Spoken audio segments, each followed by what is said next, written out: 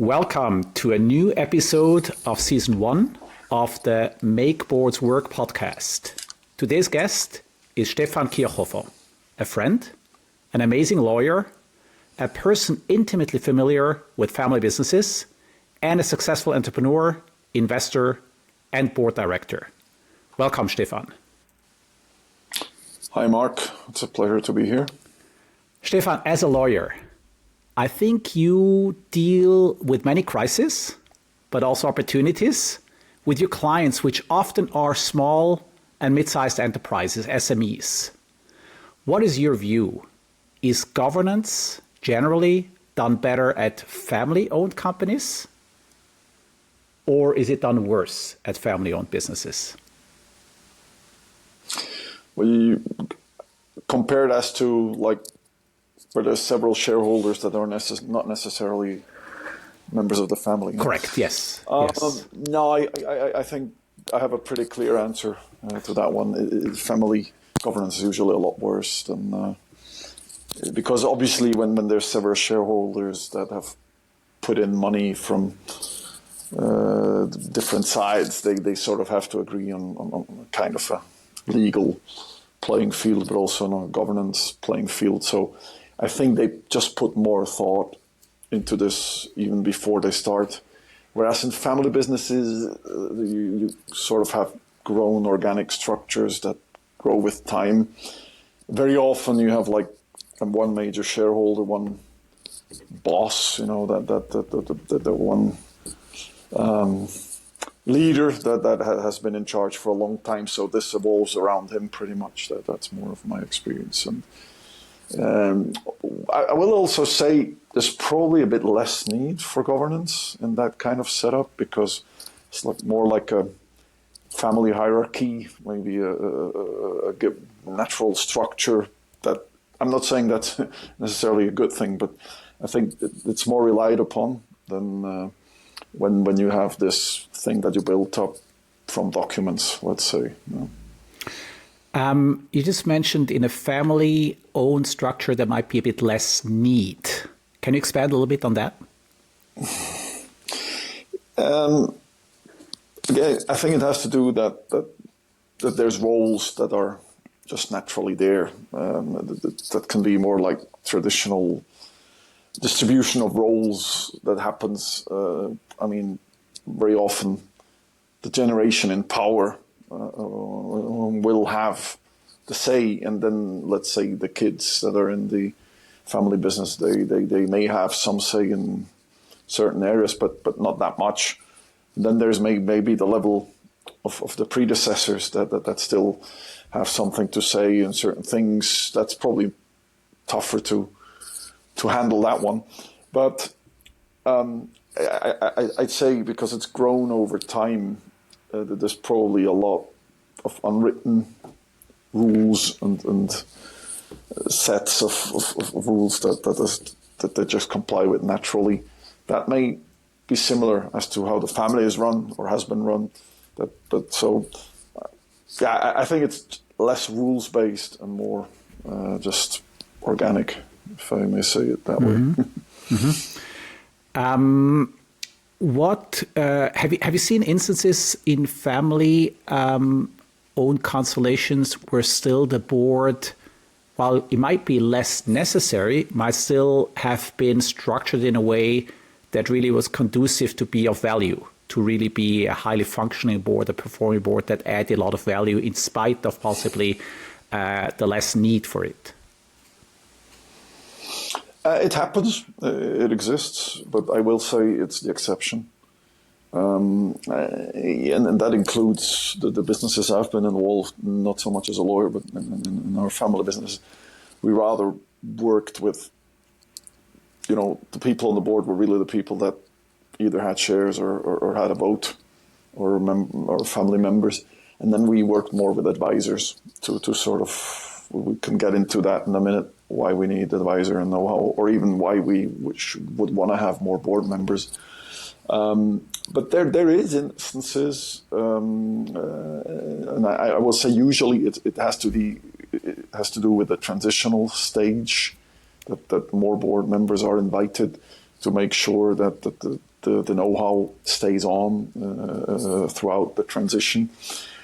But definitely there are, and yeah, I think there's basically two reasons in my experience why people, or three reasons why people will actually add board members to family structures.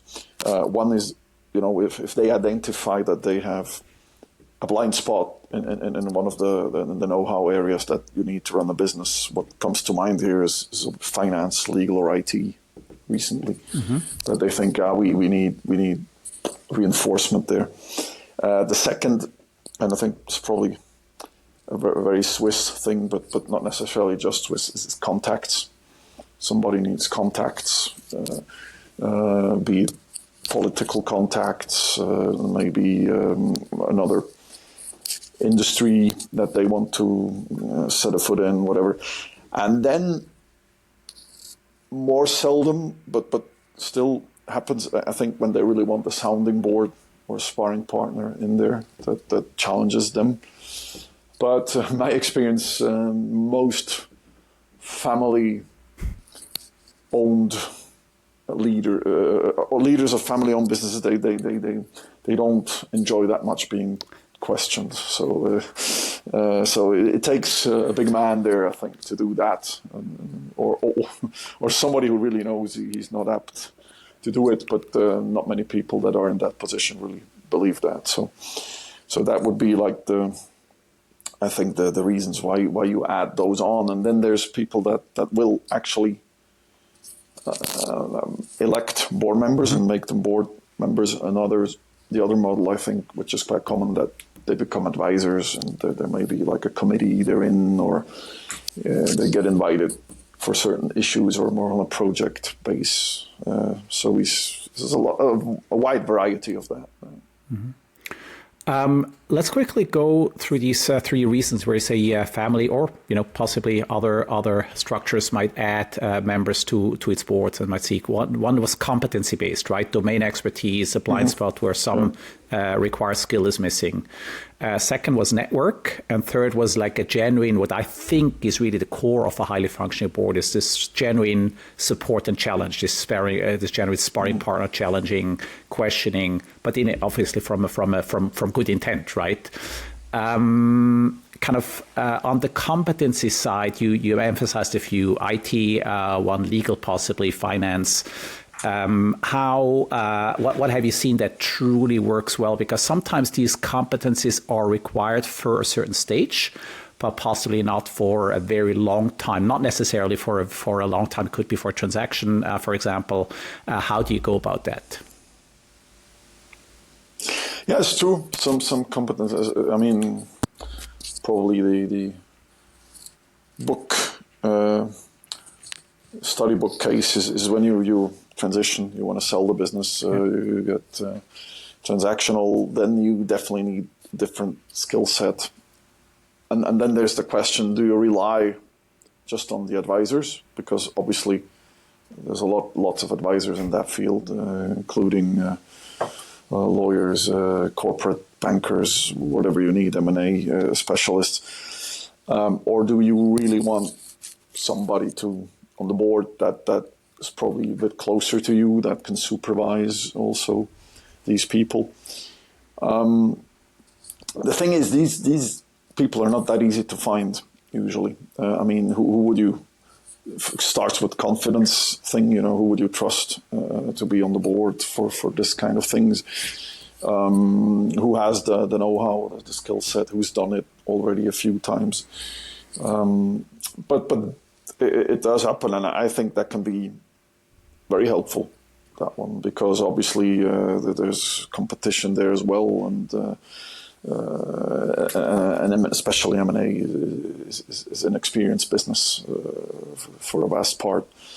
So that definitely helps the transactional. But then there may also be another classic case is, let's say somebody's going to introduce SAP or a big IT change, and definitely, especially the older companies that have had simpler IT structures, they're overwhelmed with this, And again, you're going to just rely on the advisors, or you want somebody there that's done it a few times beforehand. Same could be said about introducing new reporting lines, new accounting, or becoming part of a group of companies. That's another set of challenges. And generally, I will say, it's actually more from an economic perspective a good way to purchase know-how relatively cheaply. It's a lot more expensive if you hire advisors that charge hourly. Okay, as a lawyer, I probably shouldn't say that, but it's too. And you can get a lot of that know-how, via a board seat if you have a well-meaning board member that is happy to share and bring in his experience or her experience. Interesting. You mentioned trust, which obviously is a very, very key element in any high-performing board. And I quickly want to go back to the family business constellation, because I think one possible advantage in a family structure might be that you have a lot of personal trust, given that you're part of the same family. And some of the interviews for my book have emphasized that. And at the same time, there's this other element that you require for trust, which sometimes is called kind of the competency-based, the more content element of trust. I trust that person to be competent, to really know what they're talking about, to have the relevant experience. And that not necessarily, that is not given by family ties per se, that is earned differently. Any thoughts on those two facets of trust that are required? No, I think it can really cut both ways. I mean, you have, obviously you have trust because somebody is part of your family and they're in the same situation. But maybe there's baggage there as well, so some problems they've had in the past. Let's say two kids that never liked one another too much for whatever reason. That can play into a board and have adverse effects. Or let's say one of the two siblings was really bad at math all his life, and now he's set to run the finance department. And maybe that's not, and this, so you're not going to give them the benefit of the doubt. So, but then again, I think in a safe structure, that person's probably not going to take over the finance department. It's probably going to do something else that he can do. And then I think that, how do you tell your sibling, or even a father to a son, or a mother to a daughter, or whatever, you're probably not cut out for this kind of work. You should do this and that. That can be tough and can lead to actually damage that is beyond the actual board and the company. That people leaving the company or even the family altogether. So I think that has to be very carefully handled and done. But I would agree. I mean, there's like definitely two levels of trust. One is this person gonna, ruin the family name or the company reputation, and that's probably less likely to happen in a family business. But then again, there has to be some competence-based trust as well. I mean, obviously, it's more often than not, there's going to be like an innate inclination, a role that somebody is more cut out for than others. A lot of times what I see is also that actually in many families they send the kids out to other companies, so they gather experience, they get in there, and then they'll get feedback from there. And I think that's a very good thing to do, because also that sort of validates the experience from an outsider, and so you see a lot of that going on. But obviously not everybody does it. You have nepotism everywhere, and then that can lead to bad results too. But then again, I think old school boss will not tolerate that for too long. There's going to be something will happen.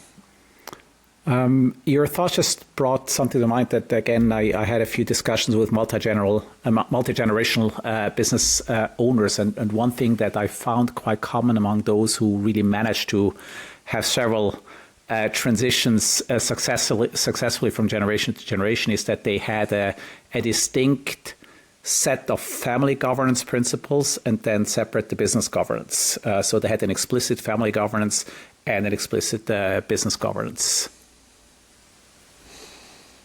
They wrote that down. Yes. So Yes. it was like, Yes. all right, that is very advanced. I don't think I've ever come across. Okay, interesting. And for example, one thing I've seen in some of those cases, exactly what you mentioned, that the family members that want to make a career in the family business have to earn their merits outside, as a precondition that it does not become a nepotism, that they're credible also to the rest of the workforce as having earned their right to be in senior positions in the family business, besides just family ties. No, I would agree. This to be a good approach. If you can do it, yes. Obviously. Yeah. Again, I don't have much experience with that. Yeah. Let's jump. Let's jump because you mentioned, that a family might have some baggage based on the family constellations that might interfere and might make good governance more difficult, and some of that can also relate to conflicts of interest, where possibly, for example, one side of the family wants more liquidity out of the business, and the other is more willing to invest in the business. What are good ways that you have seen at the board level to mitigate such possible conflicts of interest? Yeah, that might be a bit of a legal approach to this, but I think it really works. I think they said sunlight is said to be the best of disinfectants. You really need to lay it out and make it visible for everybody, that conflict of interest. I think what really doesn't go down well when it appears later on, and usually it will appear sooner or later, and then you really start losing trust, and all sorts of other issues are going to come up. So usually, in my experience, when you bring it up at the right time, which is usually at the very beginning, yeah, it's not that much of a big deal. People will recognize, and so it's out there. And then, yeah, depending on how controversial the whole thing is, most of the time it will not be. Sometimes people will say, okay, but have you checked other options as well and all that, or let's check other options, let's get other offers or whatever. And then the decision is going to be unanimous more often than not. But otherwise, you obviously, if you're part of that conflict of interest, you probably have to leave the room and let them take the decision. And okay, and then also you have to live with the consequences, but, which may not be always in your favor. But yeah, I think again that it's, in the practice that I've seen, if you address it from the beginning, it's not such a hot topic at the end of the day. More hot, what I've seen more problems with, that is a bit of on a similar track, is personal interests, okay, career aspirations, successful plans that might not be for the best of the companies. That I think is tougher. So first, quickly, I love the quotes. Sunlight as a powerful disinfectant to bring conflicts of interest to the light of day and to make them transparent and thereby less threatening and less interfering. So what you just mentioned sounds a bit like possibly also ego getting in the way when you talk about personal interests. What have you seen to keep that in check, to rein that in, to make sure that people really serve on the board interests of the company and not themselves? That's a tough one, because any attempt to curtail that is most likely going to be a personal attack on that board members' interest, or will be perceived as a personal attack. So I really think the way is to go through having an objective type of discussion of what's really good for a company, why is it good, ask for reasons. But usually the person concerned will realize where this is coming from. So it's going to be more of a psychological handling case than really what's good for the company is probably going to be obvious in most cases. But still, nevertheless, it has to be a good board. It has to be able to work that out. And at the end of the day, it's coming back to probably more overarching principle, which always is what's good for the company. Yes. What's better, and that should be separated from the family and also from personal interests, which is easier said than done. Yes. But obviously that should be the guideline, And I will also say at some point, family is more important than the company. That's like for the, sometimes that can get tough, but the guiding principle should be as long as not severe family interests are at stake. The company first, that bit. Yeah. Well, I think let's quickly get into this. When you say there might be cases where really family interests come first, that is quite possible when the family is in full control and in full ownership. But it might get very dicey if you have third parties on the cap table, right? Yeah, let's think of in-laws. Okay. For instance, yes. that work in the company is something that happens a lot. Yeah. I mean, how do you terminate such an agreement? Okay, then maybe their termination is not the best option because it might send shockwaves through the let's call it the family system. Right. So maybe they probably have to come up with a more creative solution, of like reorganizing things in a way that. But really, but yeah. So that happens. Appealing. You just brought the thought to mind, kind of appealing also to your sharp legal mind here. Say you have a constellation where an in-law is leading the family business as CEO, and let's assume she's having an affair, but is an awesome CEO. So I think that's a tough test. Your leeway to act possibly in the family interest is a lot higher if you as a family own 100%. Then it's much more dicey, I would think, than if you have outside shareholders. Yeah, I would agree, because then you need to. Okay, if you have the majority, you can probably just impose yourself and do it, and like ask for forgiveness rather than permission. But let's say you have 45% or something.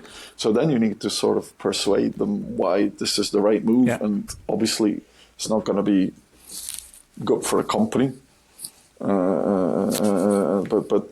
on the other hand, it's probably keeping it going as it is might destroy the whole family construction. Let's call it that. And but that's a tough call there to make. How you do it and all that. So generally.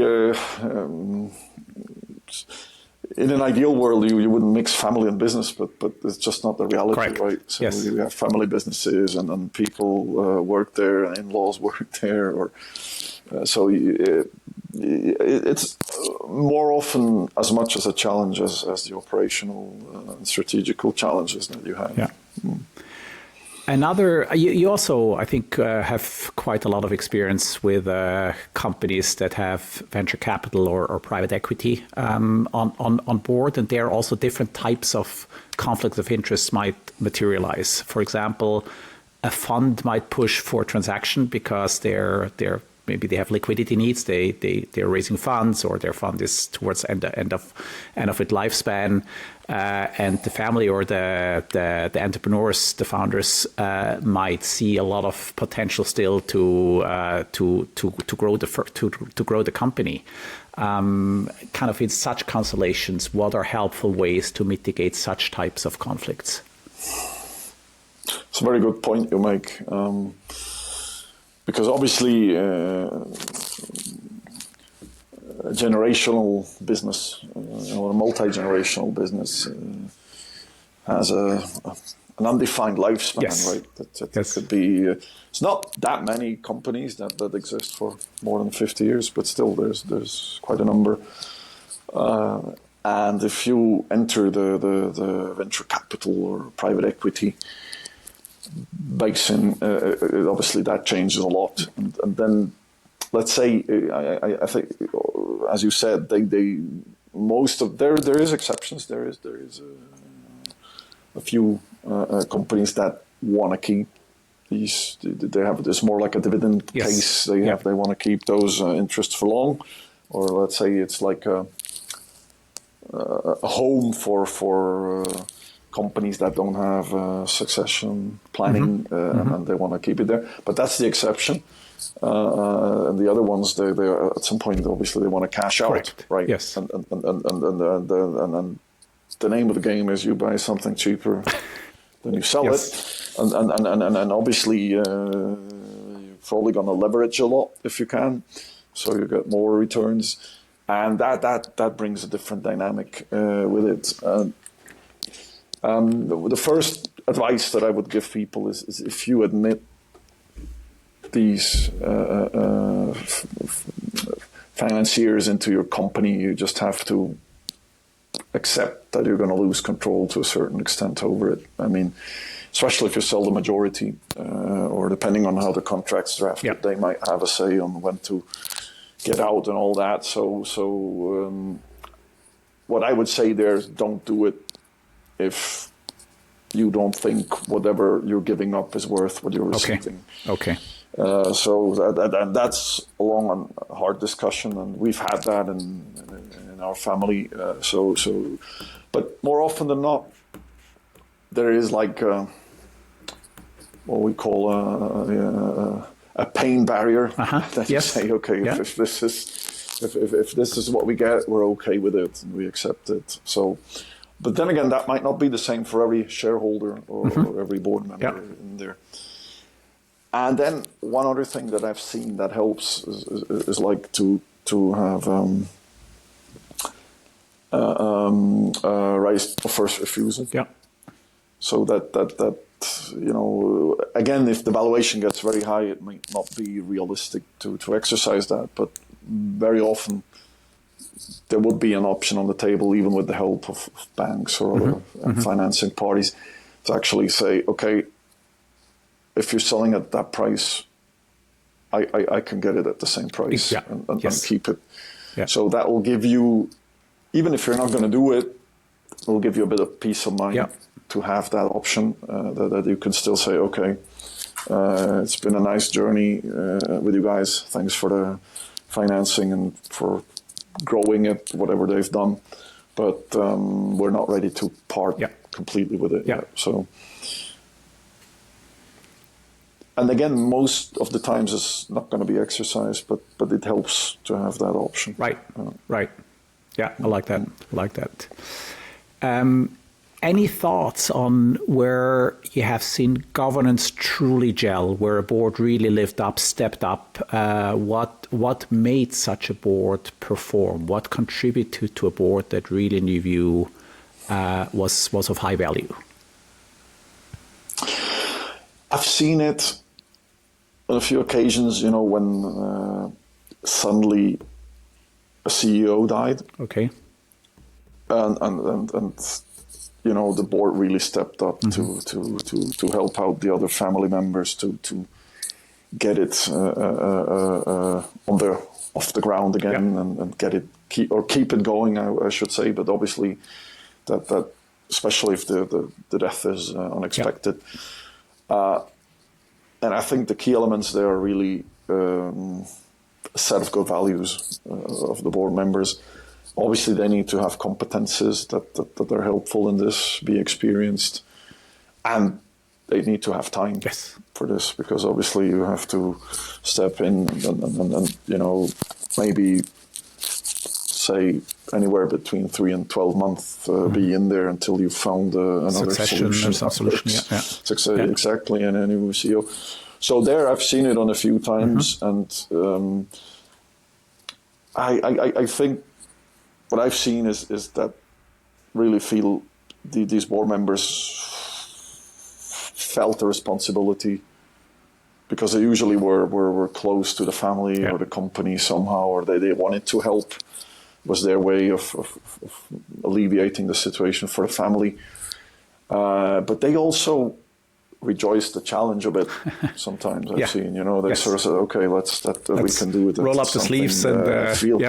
Exactly, and I feel like that's my thing.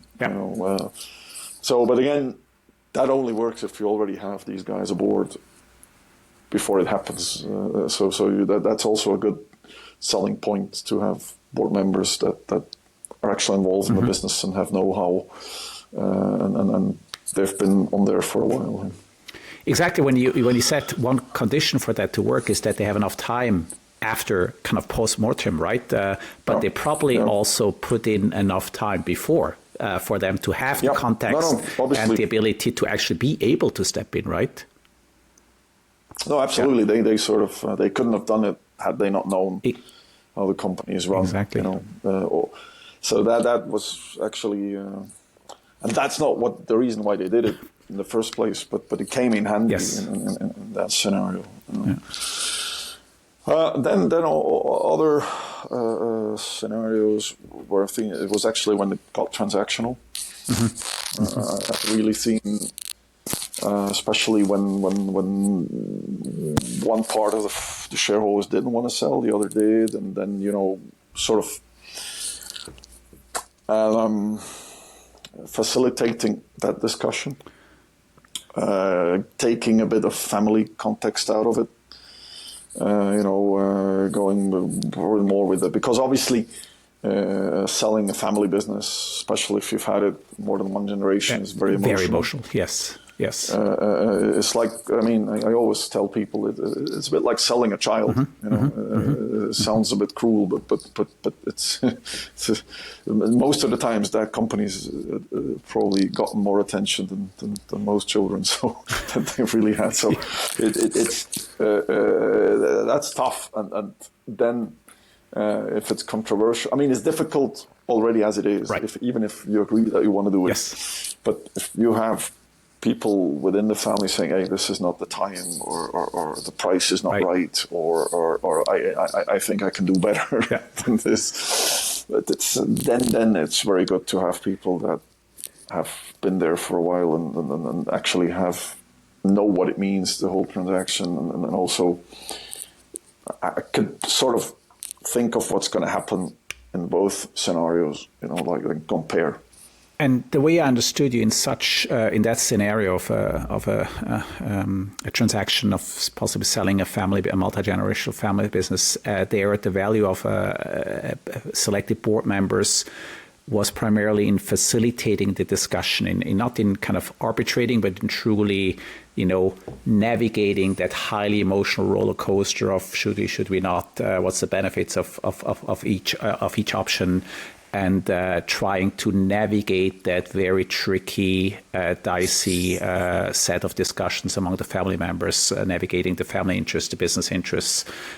Is that correctly understood, this facilitation that's kind of with a bit more distance than the family members themselves? Yeah, because they usually, they're not going to have any shares or not many. So to them, if they have shares, can be tricky as well, because then their interest might not be pure. But especially if they don't have shares, they might still be tainted because they might want to keep the board seat, which might no longer be there. But usually that's not a big issue. So, but for them, usually more often than not, it's not going to be a big difference in their life if the company gets sold on. Exactly. So it's a bit more neutral. Exactly. Yes. And bringing out these points and taking the emotion out of it, and laying down what's the prospects of the business this way or that. And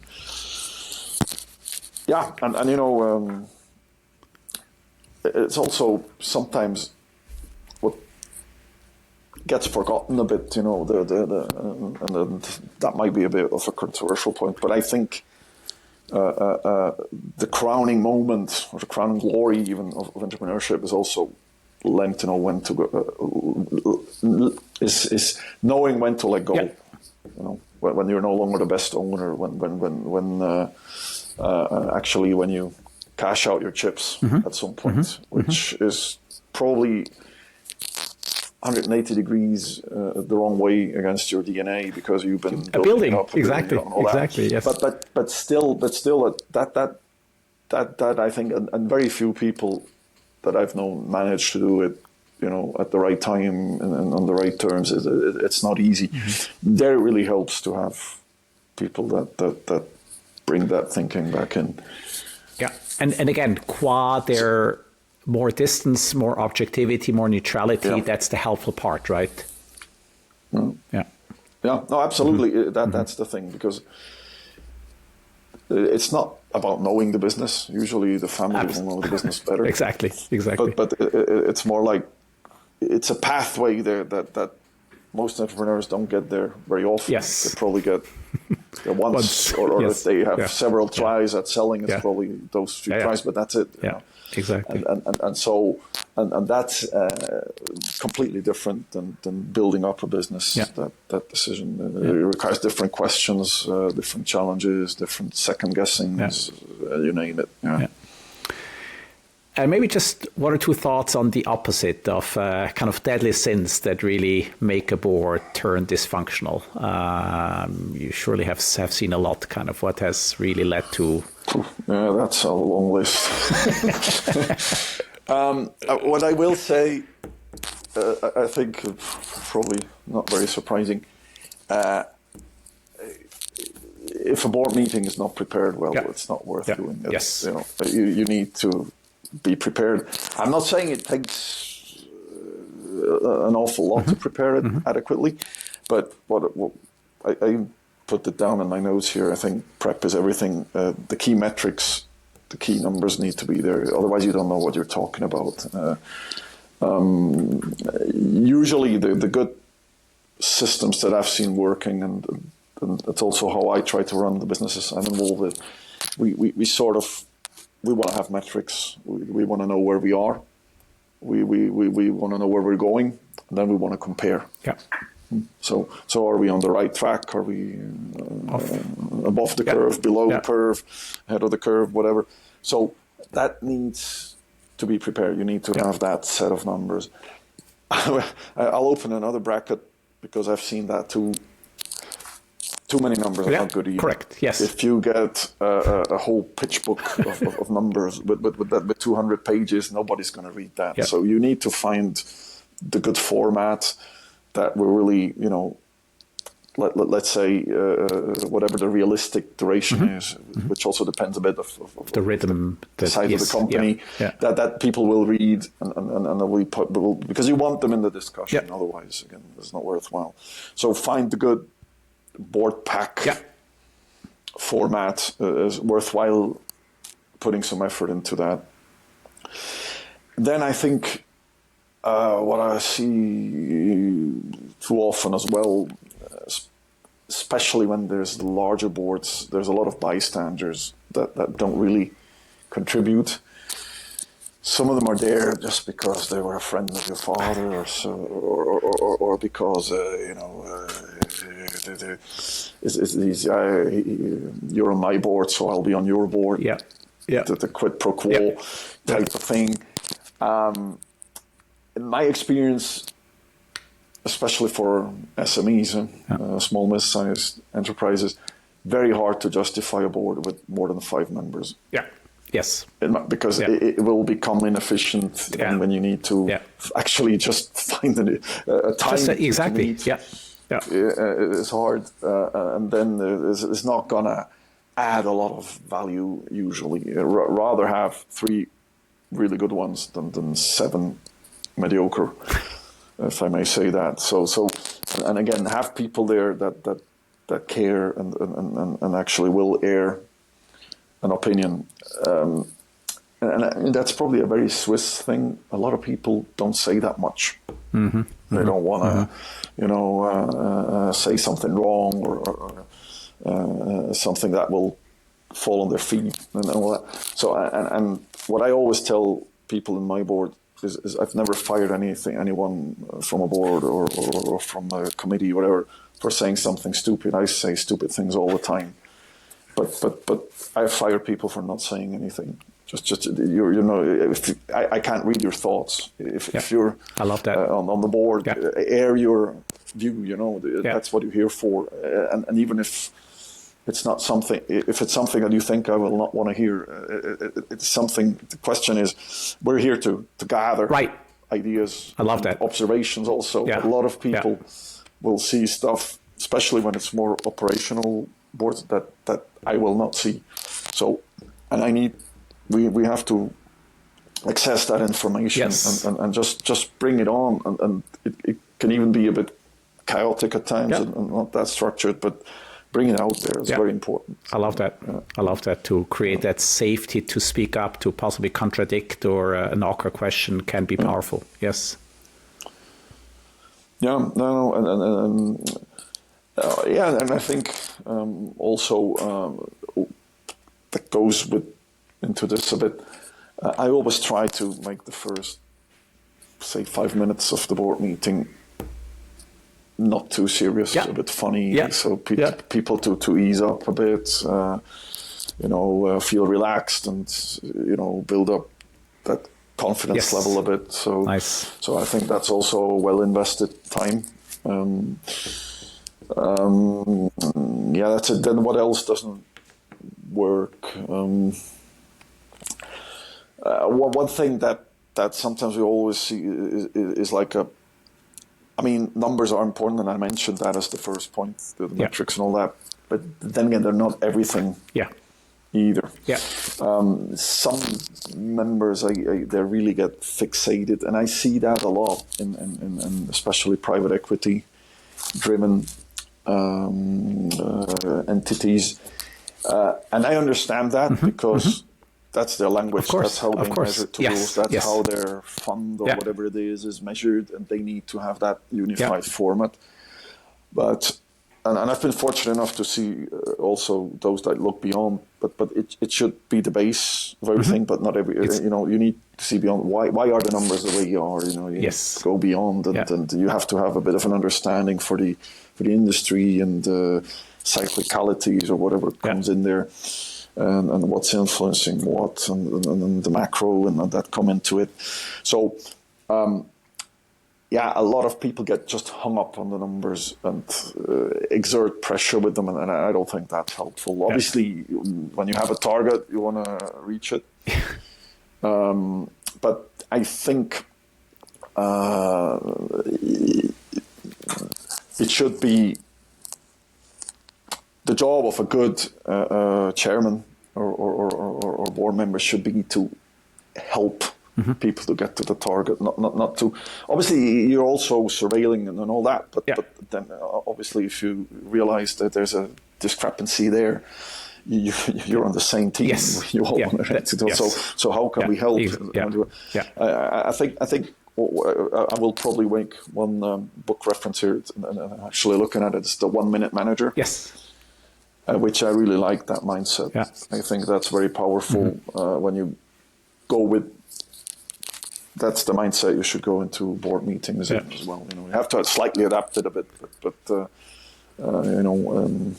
it's not there to make people feel bad. Correct. Yes. Yes. Which totally tallies with, I always say, my shortest definition of good board work is support and challenge, right? And the support part is equally relevant. Yeah. Absolutely. I could Beautiful. sign off on that. Fantastic. I'm moving to my last question, unless there's something that we didn't touch that you feel strongly to share. Let me. Maybe one thing that I think could be interesting. Boards change a lot pre-exit Yes. to post-exit. Yeah. And that again brings a new set of challenges. I don't know if that's anything that is interesting, especially when it's a family-run business beforehand. Usually it's going to be obviously family-dominated board, and then the exit happens, and obviously you're not. More often than not, you're not going to have the majority of the shares. Yeah. You're not going to have the majority of the board. So, and then that again brings its own set of challenges and expectations that are not always managed ideally. Again, a lot has to do with the psychological mindset and the even the legal ramifications of what you actually still can do and what you cannot do and all that. I'd say it's about a 50-50 chance that people struggle with it, especially because they were used to take all the decisions eventually. Exactly. They were better or less well prepared, but eventually they took the decision. And then it's different. Right. You're just other people take the decision. They will listen to you usually, but still, and that again can be tricky. It takes a bit of preparation, and I think it's also the reason why very often they don't stay for much longer than they have to on those boards. And again, that might be a good thing, because usually when somebody buys a company, they have ideas of course what they can do better with it, and they should be allowed to do that. And if you get to the point where you can have a very good discussion and the flexibility also to accept that somebody might do things differently and it might even be better. Because a lot of people will actually get into the mindset and say, "Oh, I told you this is not good. I told you this is not going to work, and you should listen, you morons." Blah blah. But I think you should be in the helping mode there, and on the one hand, but at the same time, I think gets But I think what I've seen, I think it's quite important. While that person might not be, taking the final call anymore. But I think it will be very helpful if that person still feels heard, right? Hurt in what way you mean? No, heard, like that listened to. Oh, like, heard. Okay, Understood. Hurt. No, of course. Yeah, no. I mean, if you're a smart buyer, you'll listen. Right. Every single decision. At least you'll ask for the opinion and what do you think and all that. And again, most private equity firms that I've seen will do that. Absolutely. They need to be heard.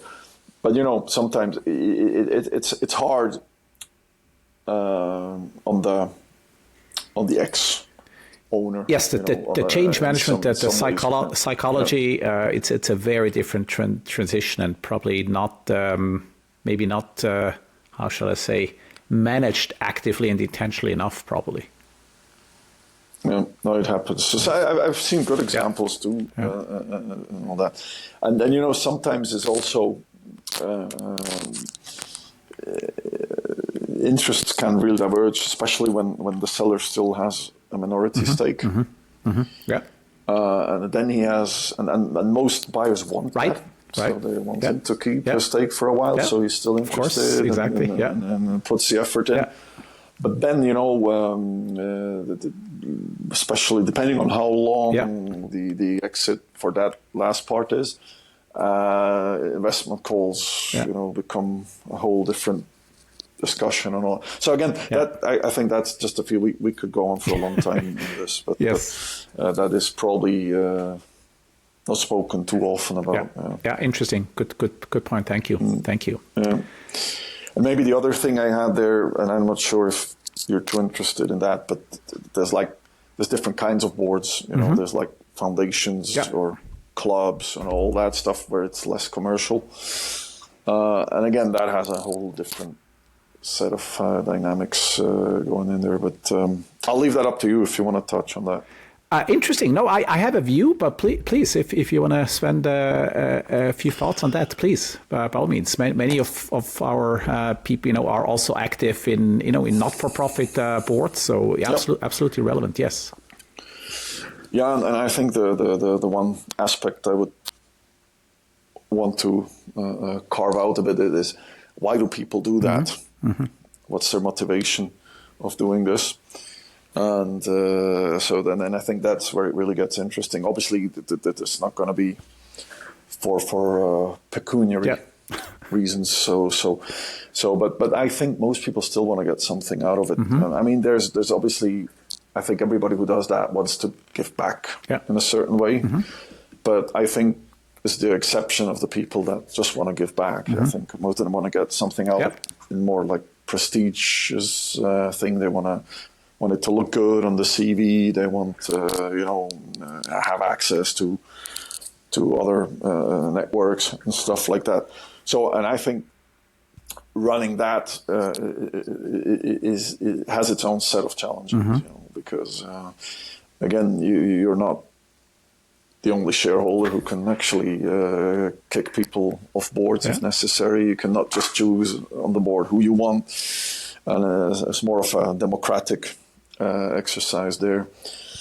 And then again, I think what you see there, because there's no money involved, the preparation is not as good as in other boards. Mm-hmm. And then it can also lead to a bit of amateur-like decisions more often. Yeah.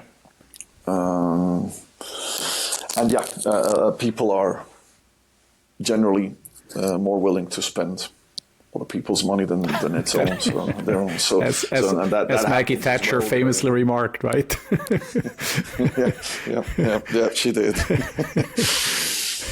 But then again, I think that's another subtopic that we could talk about for a long time. Yeah. Let's do that. I have some thoughts. I served on not-for-profit boards myself. My own personal mission, my key driver there wasn't ease learning. I'm very much driven by learning, and I think I can learn as much in a not-for-profit board as in. And also maybe one thesis, I just put it out there. I think what makes a good board work, the principles are very similar in not-for-profit as for-profit. Yes, there are differences, but I think the behavioral elements, the foundation that needs to be in place to make a board performant are quite similar. No, I would agree. I think it's the same mechanics at work, the same.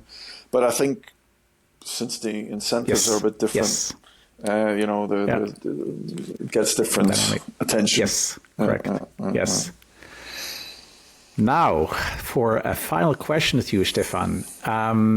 If you could design your own dream board, you have an important company and you can kind of fully rearrange the board, really no limits. It can even be people that don't exist anymore. We have no access. Kind of who's on your dream board and why?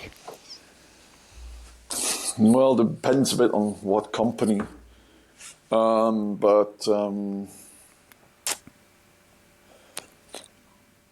Yeah, okay. This is very personal, but let's say if I'm building up an investment company, obviously Warren Buffett would be one guy that I'd love to pick the brains, and then depending on what industry I'm looking at, probably people that with more of a scientific background than I have. Okay. Interesting. It's probably the two things, like more investment savvy and more science driven. Obviously, no one comes to mind, but people that are big data savvy would be interesting as well. And otherwise, I think it has to be purpose built. Yeah, a bit. But then again, I would say, especially at this day and age, it's become a lot easier to access the know-how. It's more the judgment calls that are tough. Yeah. You know, because there's almost too much know-how, or this or that. And, Yes. So then I think that's what comes to my mind there. Fantastic. Thank you so much for this very thought-provoking and engaged dialogue. I took away a lot, and I'm very sure our listeners, our audience, will take a lot of take-home value. Thank you for sharing your experience and sharing your wisdom. Thank you.